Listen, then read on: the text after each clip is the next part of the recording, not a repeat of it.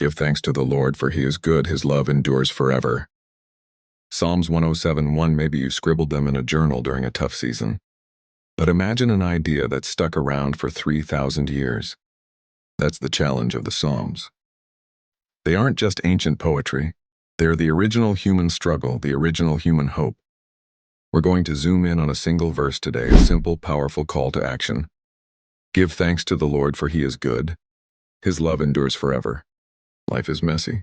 It's the traffic jam when you're late. It's the email with bad news. It's the feeling of just being completely drained when you put your head on the pillow.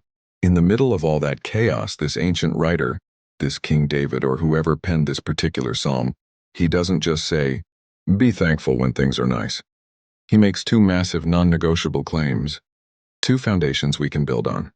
First, he is good, not just sometimes good or sort of good, but fundamentally essentially good, like the law of gravity or the fact that the sun is going to rise.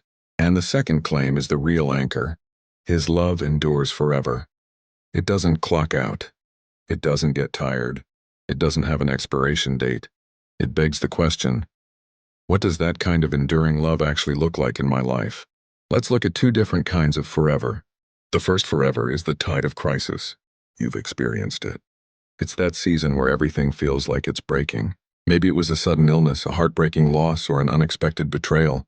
When you're in the middle of that tide, it feels like the current is taking you out to sea, and your perspective shrinks. You can only see the next wave crashing over the boat. It feels like this pain, this loneliness is going to last forever. Now imagine an old fisherman. He's been out in these storms hundreds of times. He knows the boat is rocking, but he also knows something the inexperienced sailor doesn't. Tides always turn. They have to. It's an unbreakable law of nature. The psalm is telling us that God's love is not the crisis. It's the unbreakable law beneath the crisis. It's the assurance that no matter how high the tide of sorrow gets, it cannot touch the foundation of his goodness. His love is the shore you will eventually land on. It's the constant force that endures and pulls things back to balance. But let's talk about the second kind of forever, because this one is often overlooked. This is the quiet commitment. We usually think of enduring love as this dramatic sweeping rescue scene, and sometimes it is. But most of the time, enduring love looks a lot like reliability. Think about the person in your life. Maybe it's a parent, a mentor, or a true friend who has been there for you for years. Not just for the big wedding or the major funeral, but they were there for the Tuesday night phone call where you just needed to vent about a hard day. They remember your birthday without a Facebook reminder. That's enduring love. It's not a shout, it's a steady, reliable hum in the background of your life. This is what the Psalms are pointing to. That when the ancient writer says, his love endures forever, he's not just talking about some distant celestial guarantee. He's talking about the love that gives you the grace to start over every single morning. It's the love that doesn't hold your past mistakes over your head. It's the reason that even when you mess up or you feel completely unlovable, the promise of his goodness still stands. It endures. It's not performance-based. It's just fact. So how do we honor a love that has been around for 3,000 years and is going to be around forevermore? We go back to the first part of the verse, give thanks. It's not a suggestion.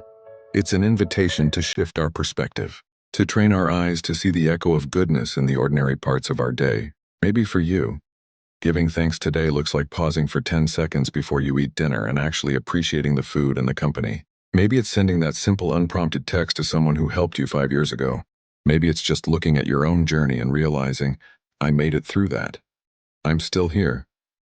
And I didn't get here alone. That feeling, that simple acknowledgement of the steady, faithful love that has carried you this far, that is an act of worship. It's our modern way of saying his love endures forever. It's our way of putting respect on this ancient foundational truth. So this week, remember the echo. When life feels shaky, you have an unshakable truth you can cling to. Give thanks to the Lord, for he is good. His love endures forever. Let the goodness be your ground and let the enduring love be your strength. Let the thing you are truly thankful for today drop a line in the comments below.